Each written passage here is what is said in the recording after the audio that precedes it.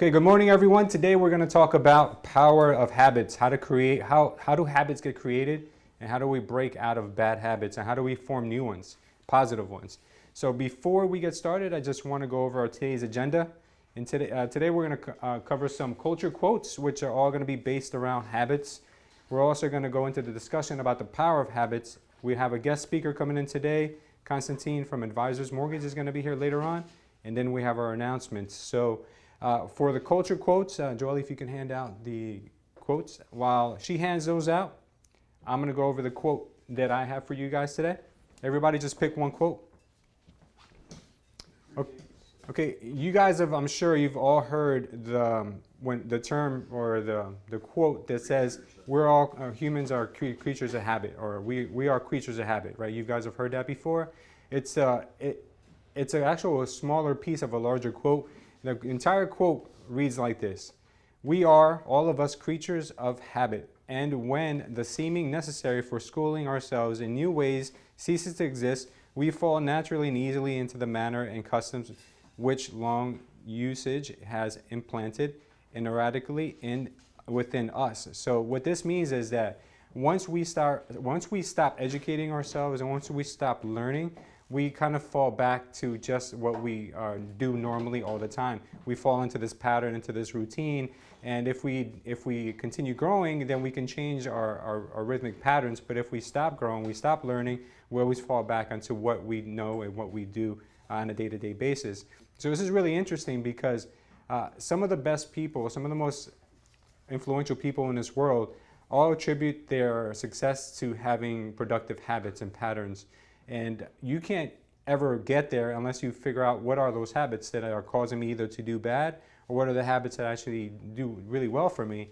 So this quote I found very interesting because along with being today's topic, habit, and that quote that's really famous, we are creatures of habit, I wanted to find out why did the author, or why did the person who say this quote, why did he say this to begin with? And if you really think about it, we all are creatures of habit. Like there's times when we look at ourselves and we say, why is it that every day I wake up at a certain time? Why is it that every day I eat these meals? Why is it that whenever I get hit with some negativity, I react in a certain way? These are all habits that we've created for ourselves over time. And the author who came up with this, he discovered that a long time ago. He actually wrote the book, The Beast of Tarzan, which is something that I'd like to pick up and read. It sounds like a really good, interesting piece that he wrote. But he wrote this because he saw a long time ago that we all are basically fall back to our routine. That's kind of like our backup plan. If we don't have anything else, we fall back into that. So what I did today was I wanted to change things up a bit to break out of that routine. And I gave every one of you guys a quote that I did a little research on to find if that would be relevant to today's topic. So I wanted to start with one of you guys and tell me what your quote says. We'll start right from the front, we'll go around the back, and then we'll let you guys expand on what you feel that quote means to you. So Derek, you have one there. Can you tell us what it says? Yeah, it's you can start right where you stand and apply the habit of going the extra mile by rendering more service and better service than you are now being paid for. What does that mean to you? You can read it again if you want, and then just let us know what it means to you. I feel like it's just going above and beyond expectations. So for example, if someone's expecting you to do 10 push-ups, do 11. If someone's expecting you to finish your work in 30 minutes, finish it in 29, or whatever, like whatever it may be, just exceed expectations for, not just for the people around you, but I guess for yourself that you can do it. Yeah, so you can do it better the next time, the next day. The way I interpret your quote is basically the fact that as human beings, we're programmed to do just enough, just to do exactly what we are asked for, or do exactly what we've already done in the past. But like you said, going above and beyond means pushing yourself. Before we got started, I was telling you guys about like, okay, well, I want to start a different routine. So I told you sometimes I'll swim laps. Well, today I didn't swim laps. Today I swam for time. I wanted to see how many laps I can do in 30 minutes. Yesterday, Derek broke his pattern up. He played soccer for 4 hours. Like, you normally don't do that, so you shock your body. Right now, you got to think about how else can you break a routine or go above and beyond what you normally do. That's why a lot of people say that you hit plateau. Companies hit plateaus, people hit plateaus, athletes hit plateaus, and it's because they fall into that same routine. They need to shock things up, switch things up, and then go harder and go beyond what they've ever done before. A good book for that, I don't know if you guys have ever heard of David Goggins. You guys know David Goggins? No, he's like a legend now. He's the Navy SEAL who did 3 Hell Weeks. You guys still not familiar with it? You guys need to pick up the book. You Can't Break Me. It's an incredible book, audiobook or read, whatever you guys want to do. I highly, highly recommend that book. And then there was another person who wrote a book on David Goggins who actually brought David Goggins and lived with him for an entire month. His name is Jesse Itzler. He wrote a book called Living with the SEAL. That is an incredible point of view because sometimes people don't give themselves enough credit. David Goggins is one of those people who doesn't really credit himself to being like abnormal or superhuman. But Jesse Itzler is like a guy who does exactly enough to get by or enough that he had to, survive. But what he did was he hired his Navy SEAL to come and live with him for a month so he could shock his routine because he saw that this guy ran an ultra marathon by himself with a bottle of water and a box of Ritz crackers. And like that was all he brought. And he broke both his feet but still finished the race. And it was just like an unreal like type of person. So he said, whatever this guy is doing, whatever he thinks or whatever he's driving him, I need some of that. So he brought him to live with him.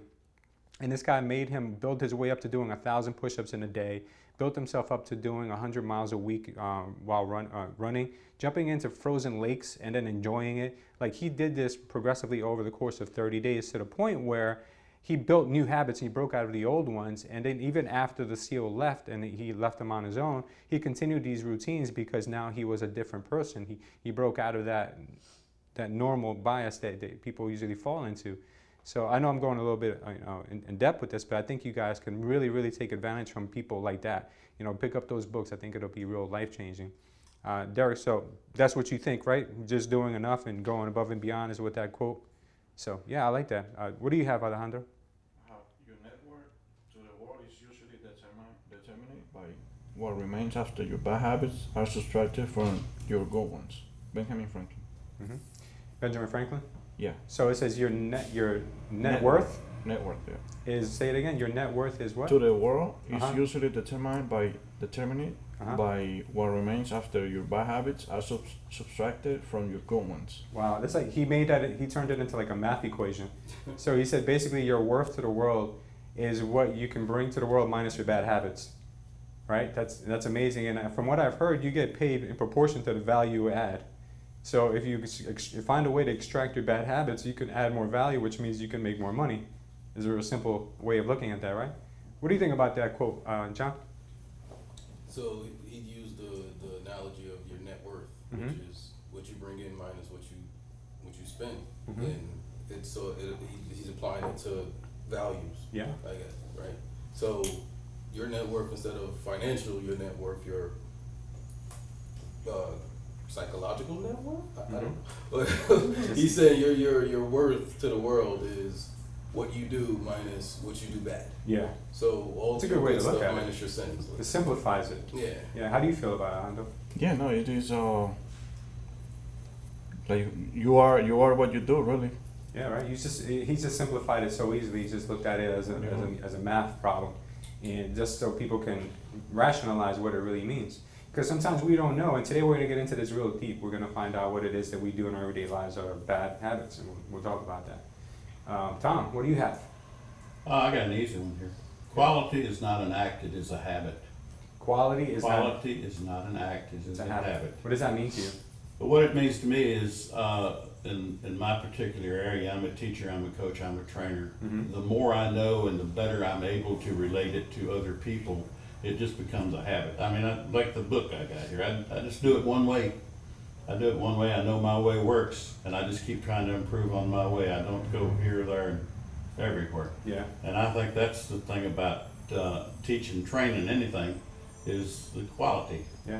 Do Do you get a different result when you put quality into it as opposed to when you? Absolutely. Absolutely. How is that result? How much of a difference is it? How much of a difference is it? Well, this is what you get out of it.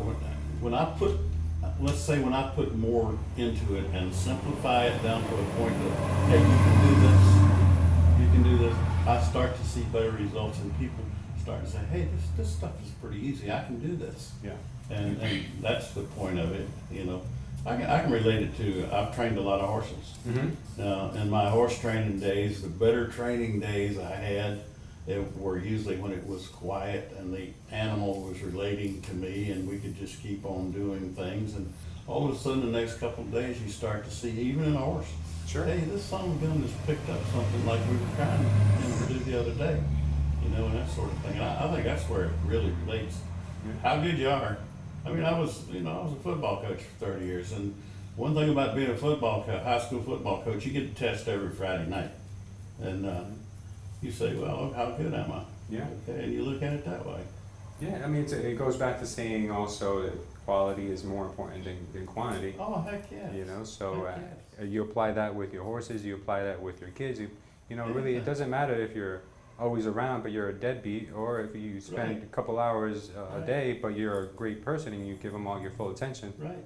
That makes a big difference. Good. John, what do you have? What kind of quote do you have today? On this sliver piece of paper. Motivation is what gets you started. I love this one. Habit is what keeps you going. That's my man. Jim Rohn. Jim Rohn. I love that guy. Whatever, that's German. Jim Rohn. Yeah, Jim Rohn. You said it right. What does that mean to you? Motivation gets you started, but habit keeps you going. It actually is something similar that my brother says, the author. Yeah. So he says he's not a motivational speaker. He's what's the word he uses? He's it's encouragement, Inspiration. something. Yeah. You heard him say it. So where, and the reasoning behind that is because motivation only gets you to the beginning. It has to be. You have to want the rest of it. You have to dive in. You have to actually believe in what you're doing to continue the motivation. Yeah. Everyone's motivated to go back to the gym, January 1st. Oh, I'm going to the gym, I'm about to lose 50 pounds. Yeah. But, after you get your tax money, you hit Burger King too many times, it's like, I'm good the way I am. Absolutely. So it's the separation of being motivated and what keeps you going is he nails it very simplistically, very quickly. Mm-hmm. Habits will keep you going. You have to, it's similar to what the quote that Tom just had, it's not what you do, it's what you do consistently. Sure. Yeah, I don't remember exactly. I think it was John Maxwell. There's a famous motivational speaker who says, "I've never changed anyone's life in a seminar, but if they buy my courses, I have a much better chance of having an impact on it." Because what happens is that, like you said, motivation is not going to do the trick. Motivation will just get you started. Motivation is kind of like that boost you get when you're learning how to ride your bike and someone pushes you. You initially can balance yourself, but then you got to keep pedaling. If you don't keep pedaling, you fall off the bike or you're going to stop going. So exactly what that says is accurate. You have to actually do the work. It can't just be, oh, I read a great book, now I'm inspired. Now you have to do the work, because inspiration is not going to bring you the money. It's not going to bring you the results. You now have to use that inspiration as gasoline, as fuel, and get to where you need to go. So I love that quote. I was gonna steal that one and put it on the board. I like that one a lot. Bridget, what do you have? I have we are what we repeatedly do. Excellence then is not an act, but a habit. Aristotle. One more time, I'm sorry. I'm sorry, we are what we repeatedly do. Excellence then is not an act, but a habit. Aristotle. Nice. We are what we repeatedly do. So in order to be excellent, you have to repeat the same action over and over again? Is that what it's? I think so. Yeah. I think you What remain does it mean to you? consistent in what you're doing, that's right. Mm-hmm. And then it becomes a habit every day, you just do it automatically. Sure. I mean, it could go both ways, but Right, if it was a bad habit. yeah, I mean, but it Aristotle would was be- saying that if you want excellence, you got to repeatedly do what is right for you day in and day out. Keep thinking. Yeah, can you give us an example of how that's true or how that works, that principle works? Let's see. Every day in the morning I go to get coffee. Uh-huh. That is my good habit Yeah. because it turns on my brain.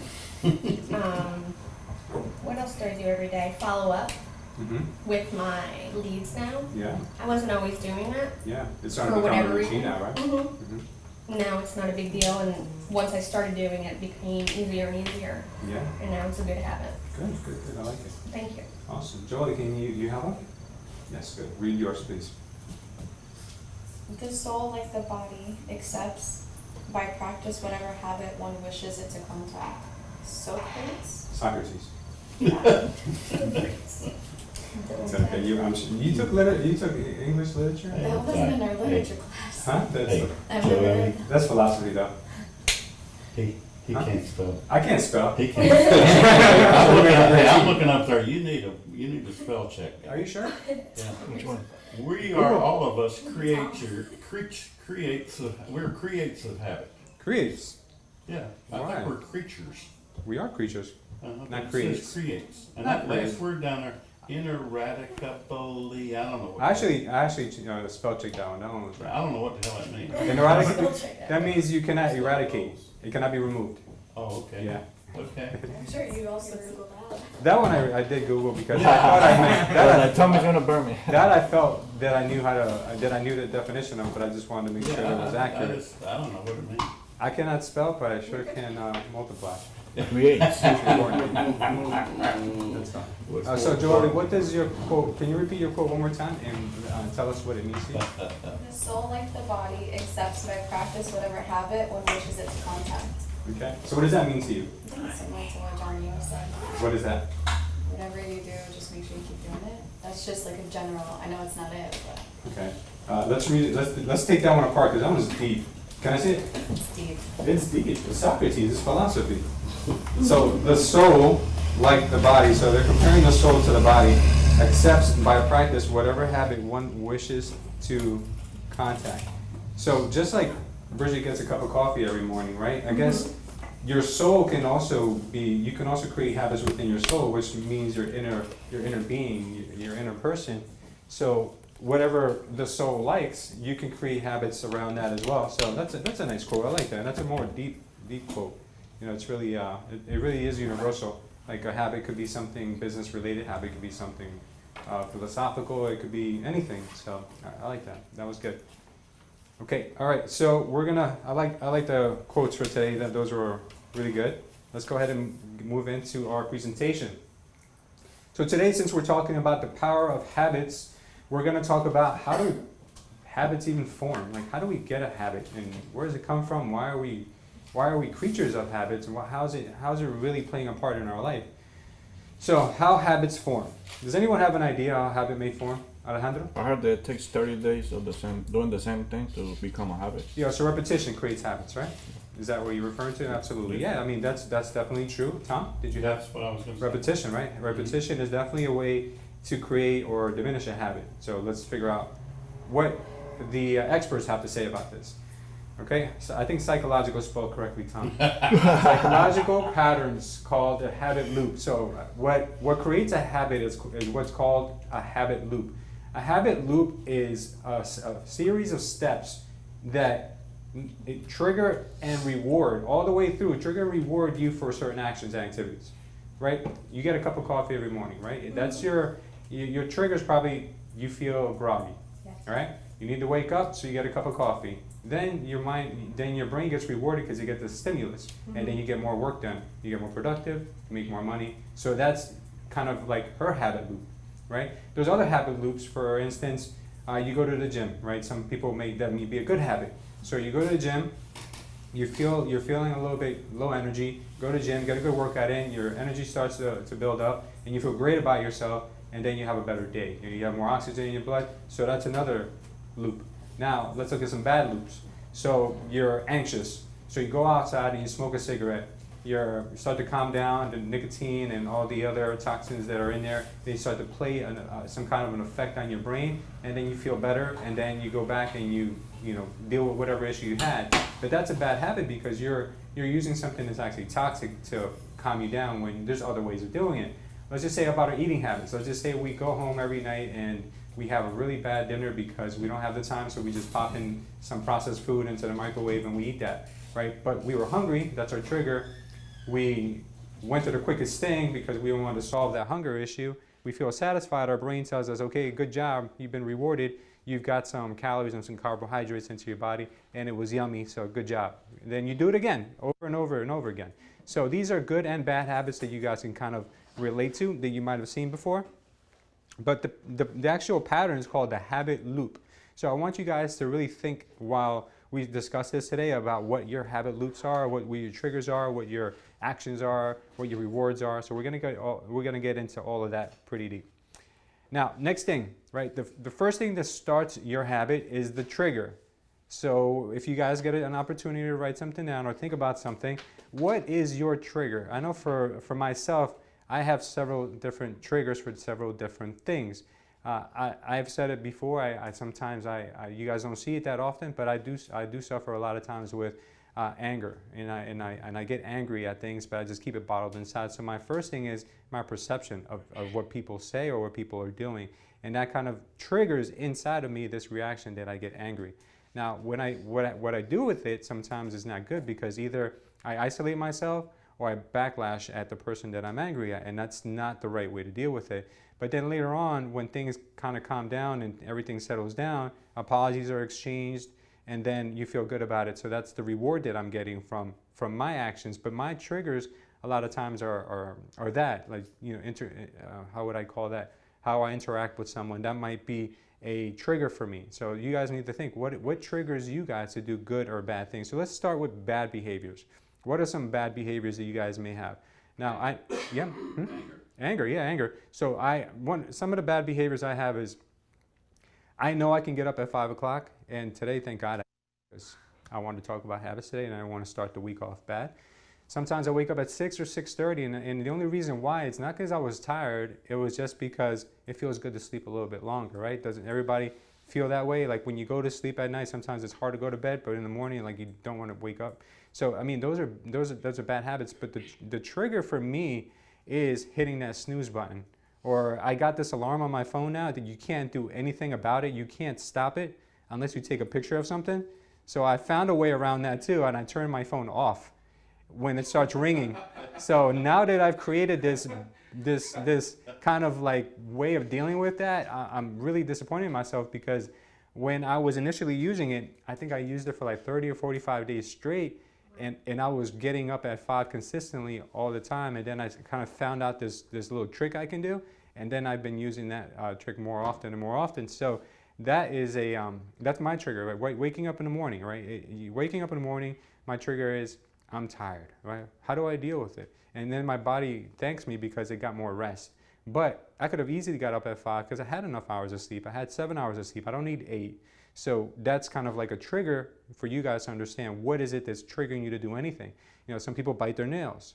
Some people eat bad food. Some people do, how would I say, just do things that they're not happy with later, drinking or smoking. Or it could be anything, guys. It could be self-loathing. It could be going into a depressed state. It could be anything at all. It could be looking at difficult tasks that you know you have to do that day and putting those things on the back burner for the end of the day. But why do you do that when you could do them easily the first thing in the day and get them out of your way and move on to the next thing? So what we have next is the routine. So this is the routine, right? I'm going to walk you guys through something. I'm going to give you guys an example. When I got into real estate, I was so excited. I felt real estate was like my #1 priority. I loved it so much that I put everything else on the back burner. So what I would do is I would work all day. I'd come home. I'd have the quickest thing I could to eat. And then I'd go and I'd still cut people's hair, and then I'd go to sleep really late, right? So my habits were starting to become a real problem. So what happened is I would come home, eat processed food because I was starving. I'd work all day, and I was so excited about real estate, but I'd come home starving. I was living by myself. So what I did was I'd pop in some chicken nuggets, I'd pop in fries or whatever I had frozen in the freezer.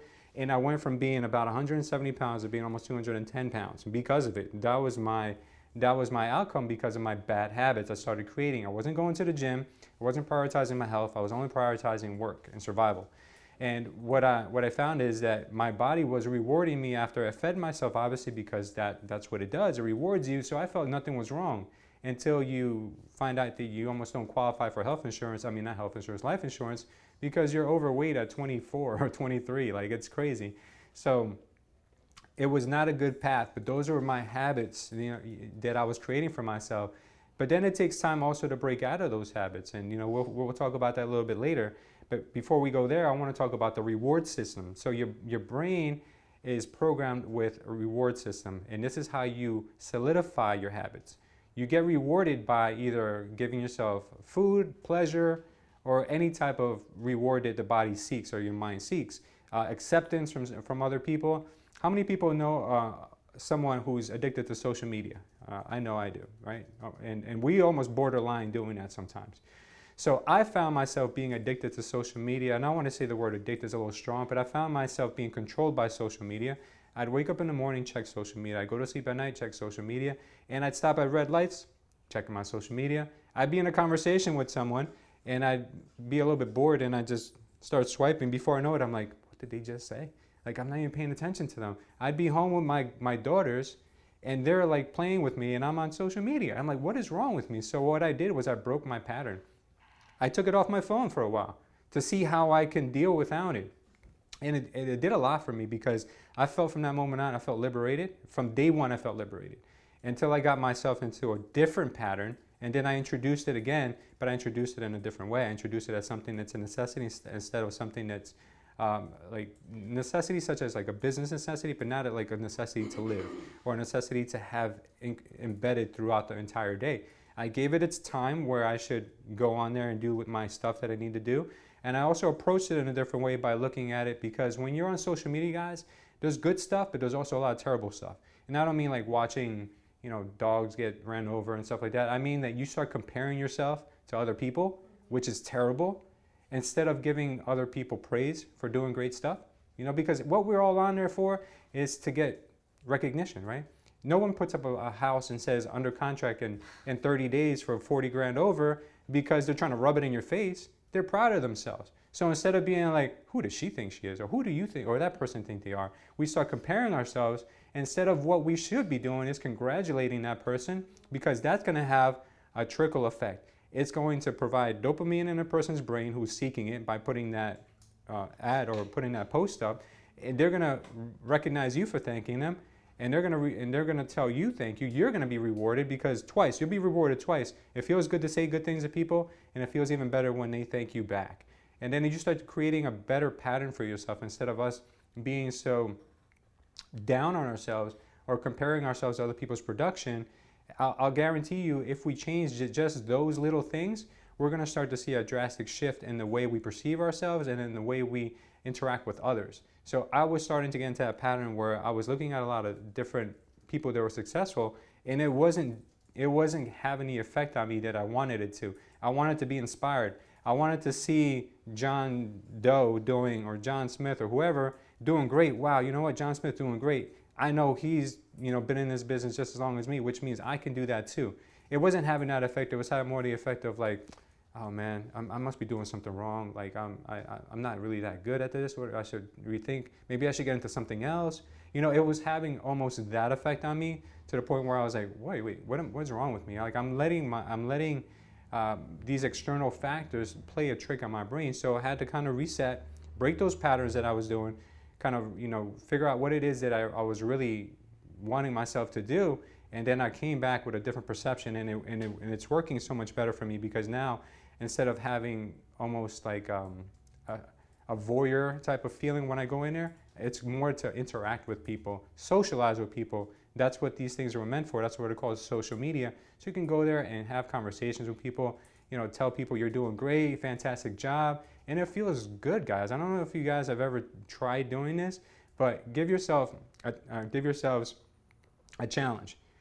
Don't go on social media unless you like and comment on everyone's post. I guarantee you, you'll be on there less, and you'll be on there with more quality. Like Tom's quote was, you'll be there with more quality time spent. And I guarantee you, those people are going to start giving you referrals. They're going to start thinking about you now when it comes time to buying or selling a house. And it's just going to be different. Unless like all the people that you interact with are all realtors, obviously you're not getting too much business. But you will have people on there that are not. So always give people gratitude and tell them they're doing a fantastic job. So the reward system, where I was getting to before I got into a little bit of a rant, the reward system is why people do things, why they create patterns. The reason why people are addicted to social media is because they go on there and they sometimes get, let's just say their first interaction ever on social media was well received. So that feeling of being so well received and being accepted by their peers really gave the person a great boost of confidence and gave them dopamine in their brain. It's very addictive. It's more addictive than drugs. what that does to someone is it creates that. So what they're doing by being addicted to social media is they keep seeking that and seeking that and seeking that. And then after a while, what happens is sometimes don't get the same results. And they're like, something must be wrong with this thing. I don't have any likes on my posts, or no one's commenting. What's wrong with people today? You know, you start to kind of figure out, is something wrong with me? You know, it plays tricks on you. But what I'm getting at is that the brain is always seeking approval and seeking kind of stimulus. You're always thinking a reward. So that's what really solidifies your loop. So if we have a loop is not closed off until we get some type of reward in our brain. So that's how we form these loops. That's how these loops actually get solidified within us.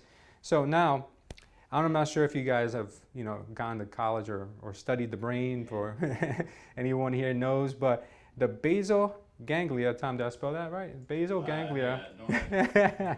The basal ganglia is a part of our brain that controls our habits. All right, if you guys are ever on Jeopardy, I want in on that. If that's the question that gets you to win, the basal ganglia controls our habits, which is interesting. And the reason why I'm going to tell you this is because it's a very interesting fact that I learned by researching this. But the basal ganglia just controls our habits. Our decisions are controlled by the prefrontal cortex.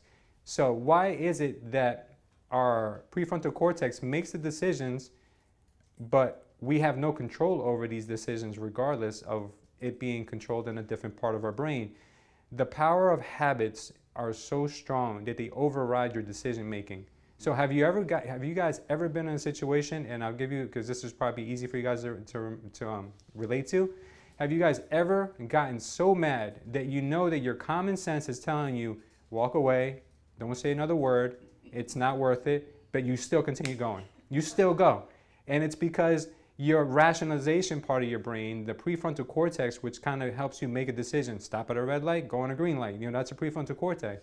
But your basal ganglia and these habits are so strong, no matter what you tell yourself, they just go right through it, no matter what. So that is something that you guys have to understand, that our habits are actually stronger than any decision we could ever make. So that's actually a dangerous thing, but it's also a real powerful thing, right? How can we use that to our advantage instead of letting us become victims to habits? How can we use habits to our favor, right? Think about it. If we can easily channel that power into something that's positive, we can do anything. We can create a different life for ourselves. We can create anything and everything that we want. That's pretty, I don't know what you guys think about that, but I thought that was monumentous. Is there a pill I can take for this basal ganglia? Listen, I believe that everyone has the innate ability to channel that, because I worked with someone who had, what's that called? Panic attacks? Have you guys ever heard of that? Yeah, panic attacks. And I told that person that I did some research on panic attacks before I met that person. And what panic attacks are basically super extremely concentrated attention onto one thing. And your brain can't focus on anything else besides that thing, so much that you get anxiety and you can't even breathe, it feels like. So if you learn how to channel that concentration that your body has the ability to do, and you channel it into something positive instead of channeling it into something negative, you could really use that ability to focus in and hone in on anything. You can create any type of result that you want by channeling that energy somewhere else. So I think that we all have traits within us that could be bad, but they can also be channeled into something really, really good. We just have to get control over it. Not only that, but the first step is to understand what it is and understand what triggers those things. So if we feel something triggering that's going to get us into a bad place, we need to at that point control ourselves. So we're going to talk about that in just a second. Okay, so we talked about now how habits form. Anybody want to add anything to about how habits form before we move on into our next slide? Okay. So now, if we know how habits are formed, how can we break habits too? Right. Does anyone have an idea how you can break a habit? Anyone? Alejandro? Change focus. Change your focus? That's what I've been trying to do. See, for example, I'm worried about something, and I just focus, and so it gives me more anxiety and more stuff. So what I do, I just turn around and focus on something else. Yeah. And I just say to myself, that's gonna be okay. Yeah. And just keep doing something else. That's true. You guys ever seen that the pit bull who can't stop barking at something, and you kind of gotta snap them out of it. Snap them out of it until you change their focus on maybe a bone or something else. I don't know if you guys have ever had dogs that you had to control like that, but that's exactly what you're trying to do. Is you're trying to break your focus into something that you're saying is bad, like biting the mailman. You don't want to bite the mailman, right? You change your focus onto something that's maybe more advantageous to you, like a bone or like a meal or a walk or breathing or whatever it is that you need to do in order to be able to get yourself out of that pattern that you're about to start. Good. Anyone else want to give me? Yes? Changing your environment. Of course. Yeah. So Gina says changing your environment is a good way to break a habit, and that's 100% true. For a lot of troubled youths, the biggest thing you could do is take them out of their element, put them somewhere else, completely different. They don't have the same associations. They don't have the same patterns. They break everything up. So yeah, changing your environment is really important. All right, so now we're going to get into this. All right, first thing, in order to be able to break a habit, is you need to define what behavior you want to change, right? That's pretty simple. So right now, I want you guys to take a moment. If you don't have anything to write on, put it in your phone. Do whatever you got to do. Give yourself a couple of things that come to your mind right away. It could be 1, 3, 5, however many you want, that you want to change about yourself, a habit you want to change about yourself. Write it down, whatever it may be. Define the behavior that you want to change. Okay? Now, for myself, the behavior that I want to change is 100%. I need to get up at 5 o'clock every day. I have to. I need to, because if I don't do that, I feel like I'm behind the gun. There's so many things that I have to do before I actually start working. I have to mentally prepare myself. I have to get my blood pumping. I got to find time for meditation. I got to find time for scripting out what I want to do that day. There's so many things that I need to do to get my day started right, that if I start an hour late, everything else suffers because of it. So if I want to break that habit that I'm in now of being lazy and oversleeping by an hour, I know what I have to do. I have to do a certain couple things. My trigger would be in the morning. I know I feel tired. What I have to do is make sure that I put the phone far enough away from me that I can't just turn it off. I have to go and grab it, or whatever the case may be. So identify what you want to change, and just give yourself a second and go through that. Now, next is identifying what are the triggers, or what are the cues. Some people call it cues, some people call it triggers. What are the triggers that are getting you into that space? What are the triggers that are getting you into that type of behavior? Is it overeating? Maybe it's or eating a bad meal, or is it fast food that you eat at lunch? What is it, the trigger that's getting you there? So obviously your trigger might be hunger, right? That's a trigger that's getting you to eat the bad food. But at that point, that trigger can also work into your favor, because you don't necessarily have to eat a bad meal, but sometimes we do, because it's the quickest thing. We eat whatever is available at the time. So that identify what your triggers are for your behavior. Think about it.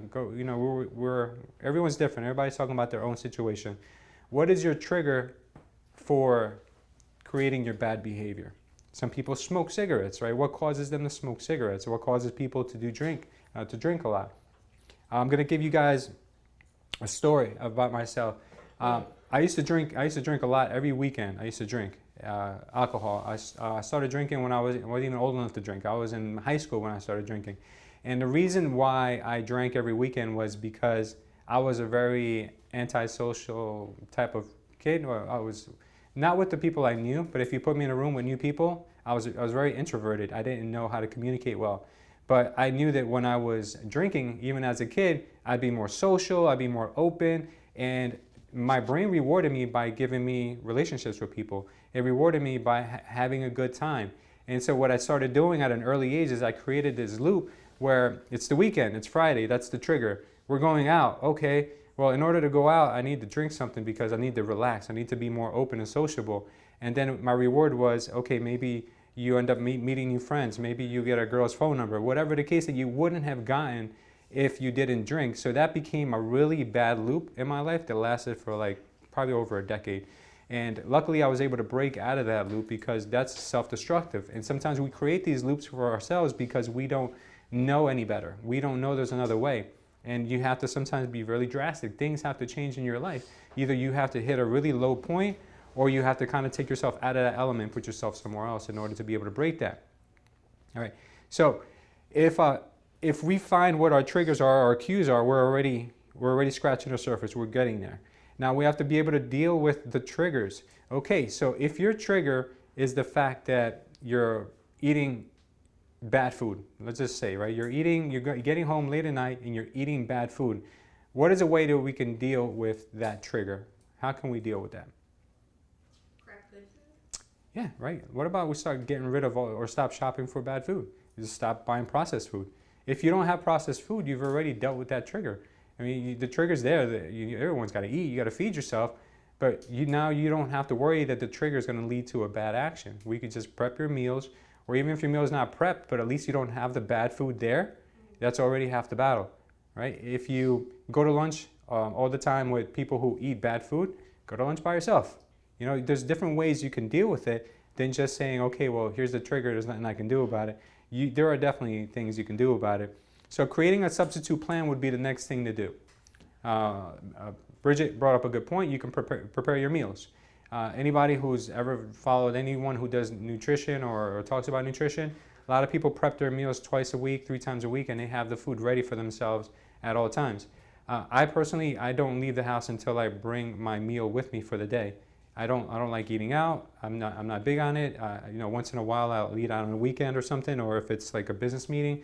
But for the most part, 95% of the time I'm bringing my meal, just because I don't want to go back to the way I used to live before. You know, we used to go out at lunch and have pizza, soup, salad, like all this stuff, and before you know it, you're spending 20 bucks a day and you're putting on a lot of extra calories and a lot of extra food that you don't need to be putting into your body. So you have to create a substitute plan. There has to be something else that you can substitute for it. So if your problem is you're drinking alcohol as soon as you go home, you're hitting the fridge for a beer, take the beer out of your fridge and maybe replace it with some seltzer water, or replace it with, you know, something that's going to be good for you, coconut water, anything. If you're biting your nails, you know, some people, what they do, if they're biting their nails, it's an oral fixation. Substitute it with chewing gum or substitute it with something else. But I'm just giving you guys an example of what it could be. But developing a substitute plan is crucial. Derek, I want you to give me an example of what's on your mind right now, how you can substitute what's on your mind or what you do with something else.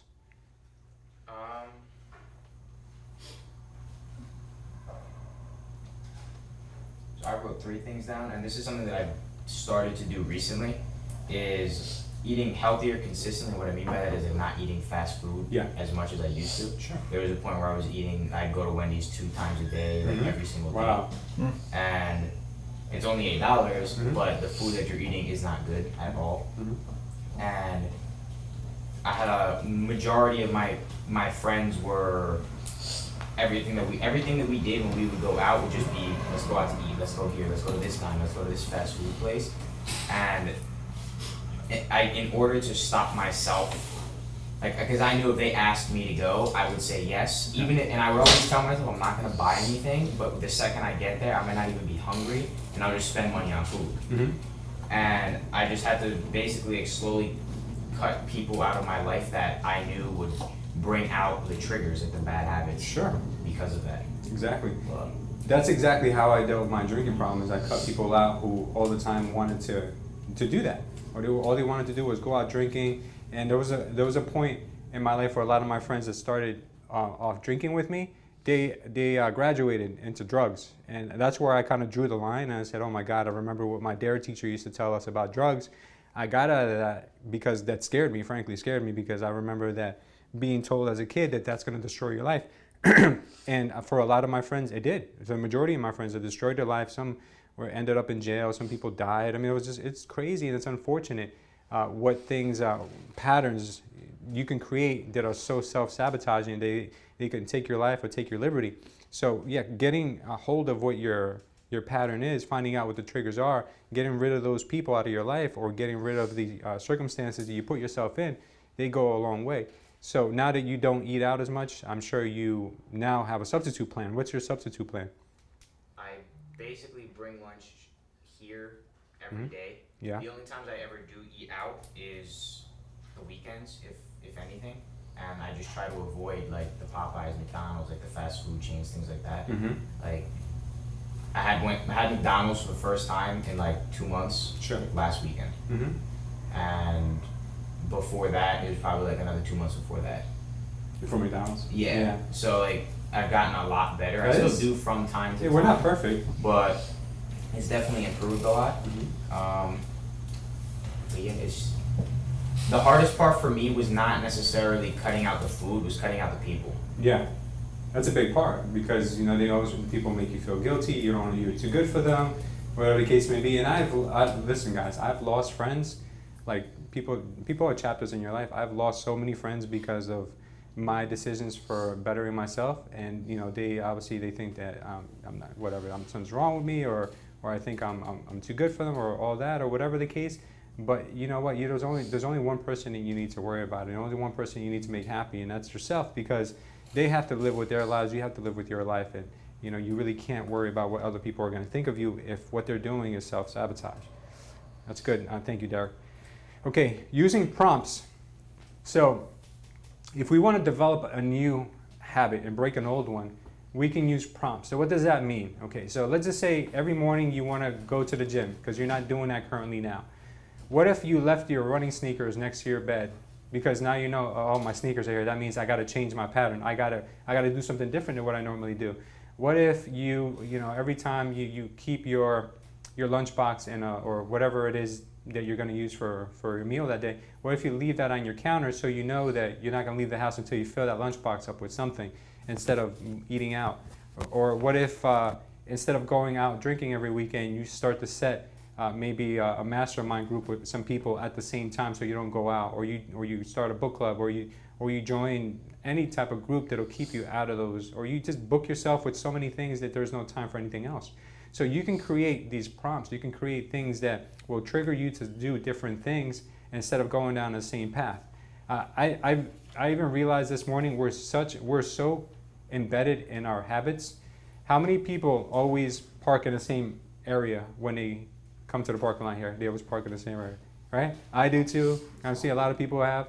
I even realized this morning that I drive in the same lane on a 3-lane highway on 78 to go to the gym every single day. I'm like, oh my God, I drive on this lane every single day. I don't even go in the middle lane, left lane. I'm always in the right lane. And it's crazy how we always kind of do that. Even when anything, I mean, which shoe do you tie first? Which pant leg do you put on first? Everything in our life is so kind of embedded in the way that we do things. It's scary. So I'm going to challenge everyone in here to kind of identify your habits for an entire day, and then change those habits, even if they're good or bad. Just change them slightly or make them better. So let's just say your habit is to do 20 minutes on a treadmill, right? Maybe try 25 with an incline this time. Make yourself better. What if your habit every day is watching an hour of television? What if you unplug your television when you get home and you grab a book and you read that instead? So figure out what your patterns are every single day. Be conscious of them and see which ones you should change. Some of them obviously you shouldn't change. You help your kids with their homework, whatever. Some patterns aren't bad, but if the patterns aren't bad, find ways to make them even better, right? Because that's what we fall into sometimes, is just also mediocrity, right? We just do the same thing over and over again and just expect to get better, and we don't do anything different about it. We just do the same thing and without any different results. So let's find what we do every day and start to be more conscious and develop a better way of doing it. Now, an easy way to kind of create these new habits is accountability buddies. That's why the personal trainer world, the life coach world, that's why these businesses are so popular, because people need someone to be accountable for them. That's why having groups and teams, even these masterminds that we do every Monday, are really important, because we all are accountable to each other. So if Derek and Derek actually recently joined Culture Goals, our Culture Goals segment, where every couple of weeks he has to give us an update on how he's doing with his goal. Now that's an ultimate accountability, because he's spoken it out into the world. So because of that, since then, Derek has gotten a personal trainer. He's eating better because he knows that it's not just him, the whole world is watching now. He's telling everyone, so everyone's gonna be like Derek. And I even tease him sometimes, like, hey Derek, how much weight did you put on so far? Like, I mess with him, but because I know he said it. If he never said it, I would have never brought it up to him. So now he's like, oh, Louis teased me, but in the back of his mind, he's like, yeah, you know what? I do have to eat better today, or I do have to do something about it. So and I pick on you a lot, Derek, and not just because you're sitting in the front. It's because I can see you doing a lot. I can see you doing a lot. Tell us, now looking back, what prompted you to get a personal trainer? The fact that, well, I still haven't put on a lot of weight, Yeah. obviously, right? But the fact that I felt like even with the culture goals and knowing that, okay, people are watching me now, Yeah. I feel like even that wasn't enough because I didn't have that person there counting on me to go to the gym at this time. Yeah. So I met with a personal trainer for the first time on Saturday, and I went to sleep that night. It was like 1 in the morning, Yeah. and I didn't want to wake up. And in the back of my mind, I was thinking I could just not show up, but then I'm gonna look like an asshole because Yeah. this guy's waiting for me. Sure. So I had to wake up and be there. But then after, I felt really good. Like, and that was mainly the biggest thing is I realized I'm still, even with the accountability of the culture goals, I still needed that little extra push. Yeah. And having someone there now waiting for me is, I have to go now. Or else they're probably gonna call my phone and be like, hey, where are you? Sure. So, And after a while of working out with this trainer, I don't want to say you'll never need an accountability person again, but it'll become ingrained in you that you have to be at the gym at a certain amount of time, at a certain time of the day, because you're not going to feel right. Because your brain is already programmed to do something, and you're not going to get those rewards, you're not going to get that feeling if you don't continue doing it. So that was one of the important things that Derek took action on, is creating some kind of accountability for themselves. So if you guys really want to create a new habit, whatever it may be, find a way to ingrain yourselves in a group or kind of mastermind with someone else or cooperate with someone else in order to be able to push each other. If you guys have both common goals of losing weight, you guys can do it. Let's see who loses more weight this month contest between each other. You guys can exchange recipes or exchange ideas and meet and talk about this stuff, because that's the only way that you're going to start to create these new healthy habits in your life. If making more money and being more productive is one of the habits that you want to start breaking into, find out who's already doing it and start to share ideas with that person. Start to find out what is it that they do and what kind of habits. That's why books about people, successful people, sell so well, because people want to learn what does the guy from the Virgin companies, you guys know Richard Branson, what does he do? What is it that makes him who he is? What does he do throughout the day? And it's incredible what you learn about people. What is it that Tony Robbins wakes up and what's his morning routine, right? Yeah, what do you have, Alejandro? I'm joined to the 5 a.m. Eastern. Oh yeah, tell us about that. Call. So every time somebody talk about it, and it's always like this big, could be broker, real estate or whatever. So they talk about their routine, and it helped me a lot. But I had to. So I'm thinking I listen to the call, but sometimes I just go back to sleep. But I maybe I want to listen to the call, but I want to listen it standing up. Yeah. So and then I can just working go out. to the gym. Yeah, I can just go to the gym. It's at 5 a.m. every day. That's good. So I just call, and they talk about their routines and this and that, what they do, what is working out, and it's great. Yeah. Yeah. That's awesome. You guys know who Tom Ferry is, right? He be there. Yeah, Tom Ferry's on there, Yeah, right? he be there too. Yeah, his father, Mike Ferry, you guys know him as well? All right, well, Mike Ferry was, he's like the OG pioneer of training for real estate agents. And he inspired the hell out of me, because what he was doing for a while is he was doing a segment on YouTube called Day in the Life of a Top Producer or something like that. So he would interview different top producers from across the country who were his, I guess his students, I guess you would call them. And he would walk everyone throughout an entire day of what a top producer did from the moment they woke up to the end of the day. And what's surprising is, not so much surprising, but what's surprising is that a lot of these guys, to me it was very surprising, didn't really do that much in the afternoons. They didn't really have more, I work 14-hour days nonstop. A lot of them did the tough stuff right early in the morning, and then come 3 o'clock, 5 o'clock, they actually had lives. There was a couple who had an equestrian farm where they just had their horses and they would do that. Yeah, there were so many people who actually had a life after 5 o'clock, and I said to myself, how is that even possible? How do you guys do 500 units a year and still manage to have a life? And it was incredible to me, but it was all their patterns. Tom? Oh, talking about horse farms, yeah. Hey, the day ends on a horse farm at 3 p.m. Mm-hmm. That's when your last feeding of the day is. Oh yeah. Well, yeah. You start at 4 or 5 in the morning. Yeah. Those are long. Those are long days, but yeah. But hey, you go to bed at 8 o'clock at night? Yeah, I would assume you have to go to bed early. So that's what really kind of made an impact on me, is that these people had such disciplined mornings that they can stop doing the things that they didn't necessarily want to do at 3, 5 o'clock, whatever time. A lot of them were parents and had time for their children, which to me was amazing. And I said, you know what, this is all possible, but you gotta be able to prioritize and create these habits. If you got bad habits, such as, let's say your bad habit is getting into a funk of doing paperwork when you should be doing productive stuff, or if you get into a funk of just being on the phone or being on social media for too long and not doing what you're supposed to do, then you'll have to work 12-hour days, 14-hour days, because you won't be effective enough. But once you start to get in these great routines, you're going to start to be more productive, you're going to start to make more money, and then you can start to delegate things that you don't need to do, hence creating a life that you want to live, a life that you can say, look, I do my tough things, and then I leave the rest of the things to people who do it better than me, and then I go and I enjoy the rest of my day. So that was a really great experience for me, and that really kind of changed my thought patterns in real estate, and I really got focused when I used to see those top producers and what they would do. I learned a lot from that. So yeah, having an accountability buddy, guys, or having someone that's accountable, having a group is super important. I'll bring this up real quick because I thought it was very powerful. The person who developed the AA program for Alcoholics Anonymous, the reason why it works so well is because it's a group setting, because it's an accountability setting.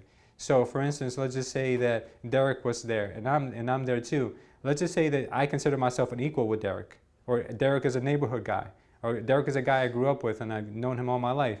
And if he can go there and say, I've been 5 months sober, I think to myself, well, Derek's no better than me. You know, we're like-minded. We're cut from the same town, the same cloth. I can do it too. And then it starts to become kind of like, oh wow, you know, this is a group thing. So accountability, guys, is really important. It's helped a lot of people get the sobriety back. It's helped a lot of people grow financially. You know, take advantages of being in groups, even if it's your family. You know, talk to your brothers, your sisters, your husband, your wife. Talk to somebody who you live with. Have them be your accountability person, because you could take great advantage of it. Don't keep it a secret. If you want something, I'm sure other people around you want the same thing.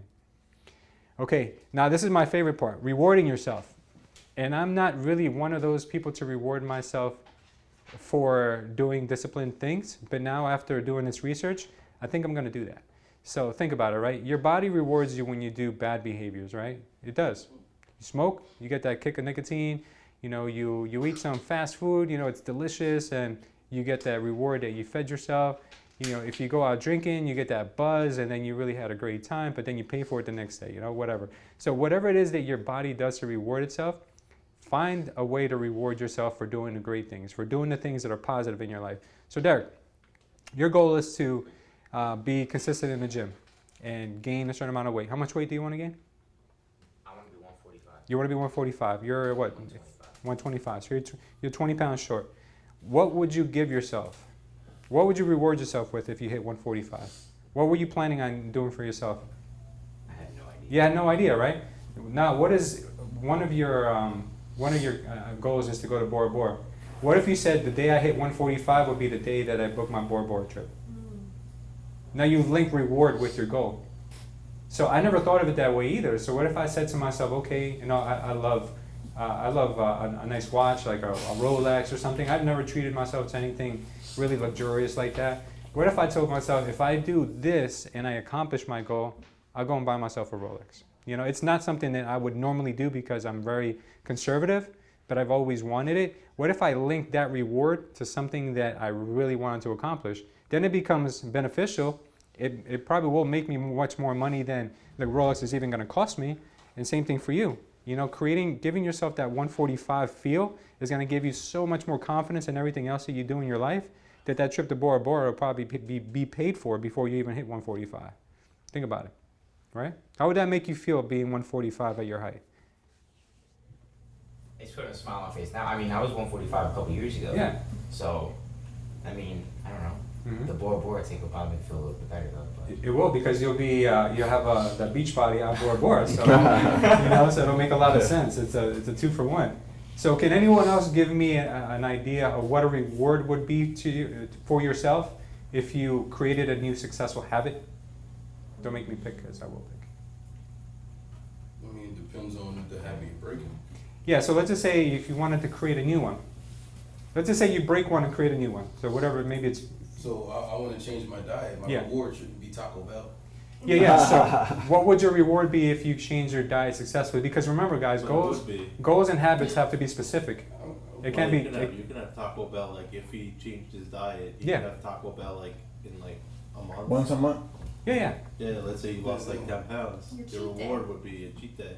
Yeah, well, cheat days should always be built in, but what would you do for yourself? What would you give yourself? What would you Better diet reward yourself? sucks. So I mean, what do you like? What do you I look get forward have to a Seltzer lot? water on sit down. Like What if you bought yourself, you like football, why don't you say, look, I'm going to go see a game that I love, like maybe your favorite team with their rivals.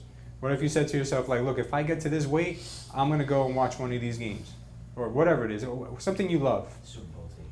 A Super Bowl ticket, anything, yes, All-Star $3 Weekend. $3,000 on football tickets. That's gonna motivate me. It's weird. I don't know. That's the. Yeah, think of a reward. We can't guess that for you. You know what you love. You know, it might be a new computer. It could be whatever it is that you really like, really gets you going. Get a gadget. You know, get a gadget. Exactly. If you hit and you know what, your goal has to be very detailed though. It can't be change my diet. It has to be, I have to get to this weight, or I have to eat healthy for these many days in a row. Whatever, it has to be measurable. Exactly. It can't be something like I have to sleep more.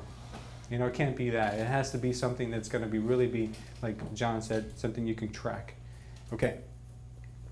So now it's going to get interesting. So I want to ask you guys. I'm going to go around the room, and you guys, I want you guys to be as open as possible. I want you guys to be very, very candid and very clear, because this exercise is for benefiting you guys. It's not so much benefiting me or anyone else, but I am really wanting you guys to contribute in this, because this is the first step in changing any bad habit that you have. So I would like for you guys to identify one bad habit, and then identify what your new habit is going to be.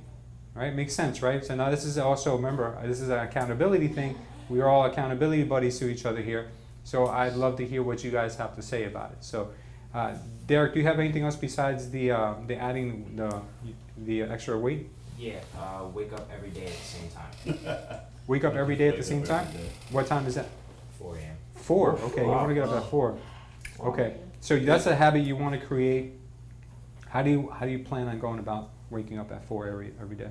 I mean, I've done it before, a couple months consistently, and then the biggest thing I feel like it taught me is, like you said, like, even after 30, 45 days, I feel like you almost have to reset the next day, like mentally prepare yourself. I'm waking up at 4. Yeah.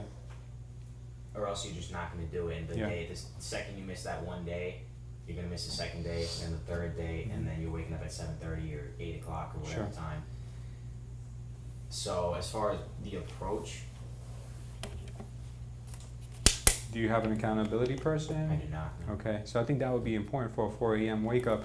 Either that, or make it where it's impossible for you not to miss it for one reason or another. So I think that along with that, give yourself some type of an accountability. Maybe it's someone else that works out of your gym, because I don't think the trainer sees you that early, right? They wake up at, What time do you meet your trainer? 7. Oh, 7? Well, on weekends. What would you do before that then?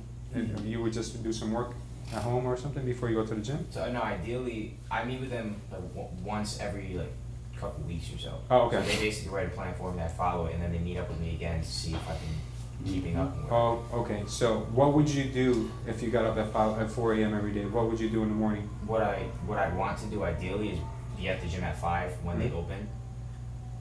Do a workout, be done, ready, eat, ready to basically be here by 7, and kind of do anything else that I need to do. I don't know, or have some free time beforehand. Sure. What I would do is I'd find someone who goes to the gym at 5 a.m. Once you go there once or twice, Me. you'll be able to identify. I wake up at 5. Yeah. Not 4. I tried to wake up at 4 is if you're going to the airport early or something. That's the only time you get up at 4. But what I'm saying is, find a person who goes to your gym at 5 o'clock in the morning, and that you can see yourself relating to, and say, hey, listen, would you be okay with being an accountability person, checking in with you every morning at the gym? Even maybe like doing a warm-up together. You guys don't have to work out together, but at least maybe doing something that you know, like, look, this guy's waiting for me to do a warm-up, or I'm waiting for him, because I'm sure that that person that gets there at 5 probably needs some motivation too, because nobody is made of steel. Nobody is 100%. That's a good idea. Talk to somebody there, and not only that, but you know what? That'll create a new relationship for you too. You never know what that person could offer you in return for being accountable. So that would be good. What would be your reward for getting up consistently for how many days? Wake up at 12. You gotta give it more than 30 days, because you said your last, the most you ever lasted was 30, 45 days? I was doing it for maybe about 2 months. Yeah. 2 months? So what if you went for 90 days this time, waking up? What would be your reward to yourself? Think about that. We'll come back to you. Okay. Yeah, you gotta reward yourself, because you're obviously you're gonna benefit from it, because you're gonna have more energy, you're gonna be more consistent, you're gonna have more, you look better, feel better, all those things. But naturally, you may wanna also give yourself something that you're gonna be appreciative of. Alejandro, what do you have that you'd like to break a habit of? First of all, wake up at 5, but actually get up and go to the gym. Yeah. And cook my own meals. Yeah, I just started doing it this week, so again, because it's like I do it for a couple of weeks and then it just okay back.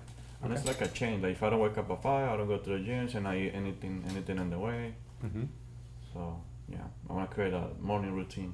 Okay, and your accountability is the group that you're on at 5 o'clock in the morning? Do they do a check-in to see if you're there or not? No. It's just you call and it's you mute and you just listen to whoever's talking for like 5 minutes. Only 5. No, like 3, 4, 5 minutes. Yeah. So you'd probably take the advice that I gave to Derek, is just finding somebody in the gym that you probably talk to. That's a good idea. What would your reward be if you did that for a certain amount of time? What is your goal? How many days in a row would you want to say is a success? Because once you do it over 30 days, it becomes pretty ingrained. But even longer than that, it's even better. So I would say 45 days. What would you do for yourself or give yourself? I love traveling, so I would travel somewhere. I don't have a specific destination, but put a couple destinations in a hat and pick it out. That would be your place. I like to go where I haven't been. Yeah. So I don't know. There you go. Somewhere far. Nice. What do you think? Australia. Australia. Sydney. Wow. How many people would get up early and work out every day for 45 days straight to go to Australia? Yeah, I think that's a good one, man. That's good. Tom, what do you have for us? What do you have as a bad habit that you want to break out? My bad habit? Uh-huh. Here's my bad habit. I'm a non-salesperson now. I used to be a salesperson. Yeah. Hell, I could sell that. But, Yeah. and I've become a non-salesperson. And so 5 years after I retired, I did nothing. Basically. From 2008 till 2012, 13, I did nothing. And then I decided I'm going to write a training manual. And I wrote it. In the last 2 years, I wrote it. And now I've decided I'm going to become a salesman. I'm going to sell these things. You're going to become a salesman of your book. Of my book. I'm going to sell it. And I don't know, I have always, and my wife's the same way, my refrigerator's always had something hanging on the front of it. Whether it's a car, whether it's a horse, whatever the heck it is. Yeah. One of the last ones, I have a daughter who had $40,000 in student loan debt. And there's no way in God's world she's ever going to get it all paid off. So we started helping her pay that off. And up there on the wall, there's a picture of my daughter Erin in a nurse's uniform, because she's a trauma delivery nurse now. And I said, okay, I got an extra $1,000. I'm going to help Erin out a little bit to get this stuff paid off. And I think visual stuff like that I really believe that really helps you. I always have. It does. I always do.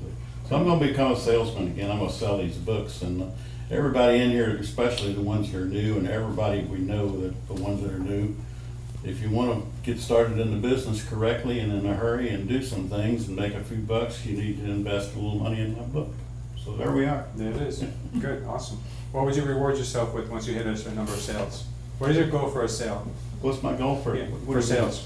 What I want to get out of it? Not your eternal goal, but I mean, like, what do you want? How many books do you want to sell by a certain date? Do you want to sell 100 by a certain date, 1,000 by a certain date? Oh yeah, well, I started out with my son-in-law in Florida, and I said we want to sell 100 of them right quick, and he sold. God, he's close to that in a month. Wow.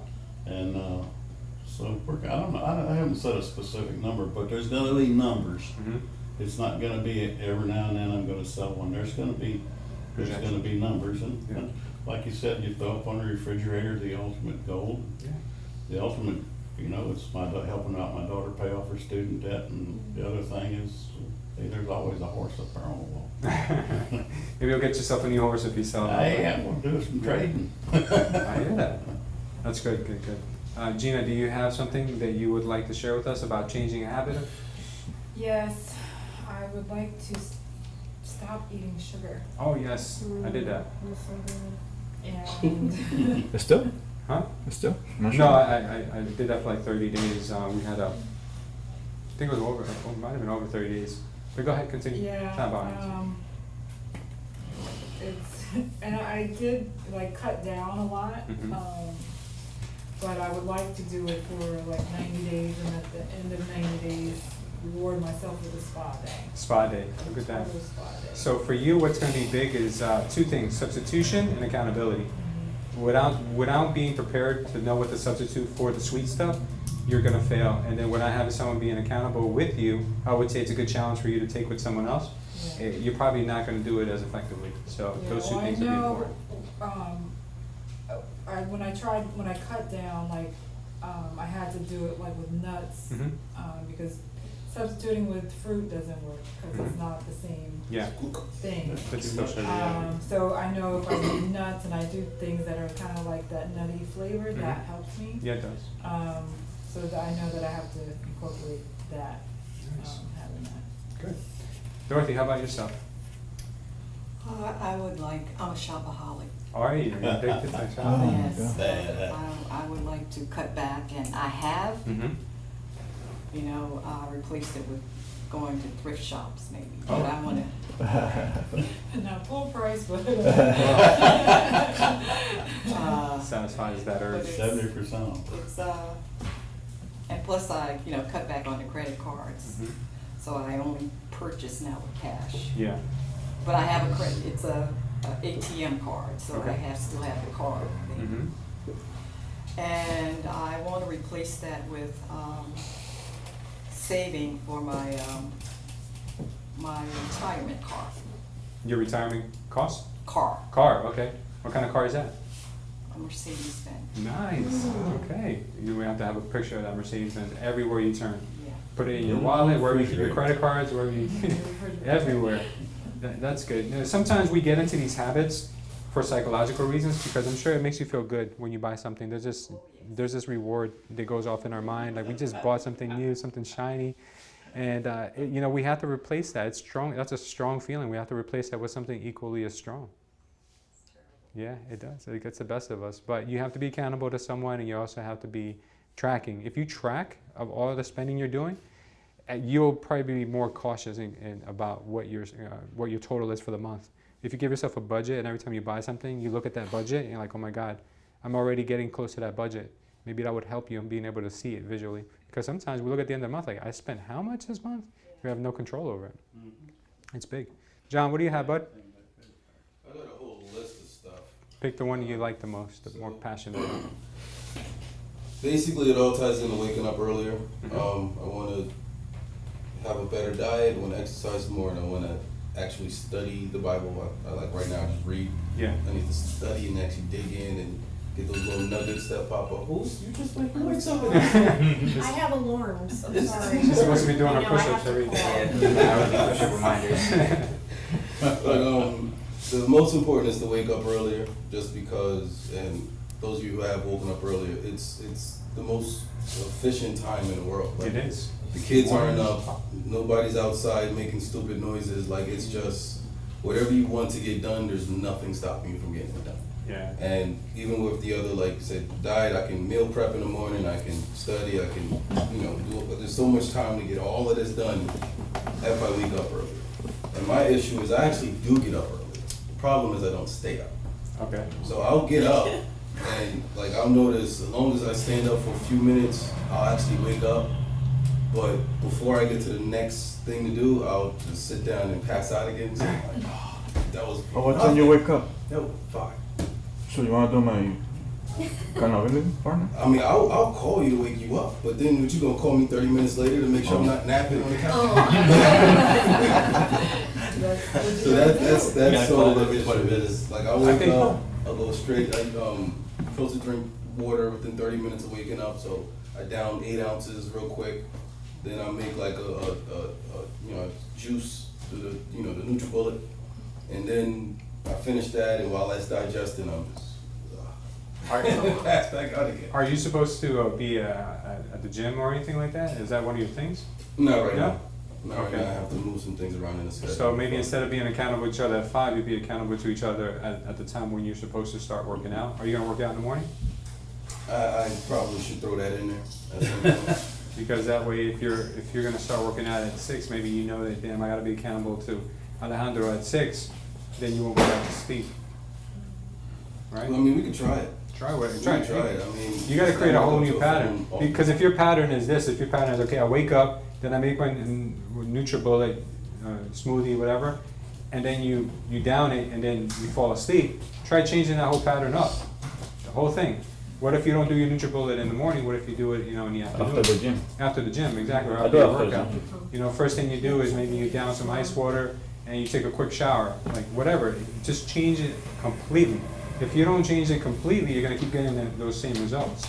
So think about what it is. What are the steps you take in the morning, and how can you change it all up? Maybe even switch sides on the bed with your wife. Instead of sleep on the right side, left side. Oh, why am I on the left side? Oh, that's right, because I'm not supposed to sleep. Have you ever tried to negotiate that? Sleep on the floor.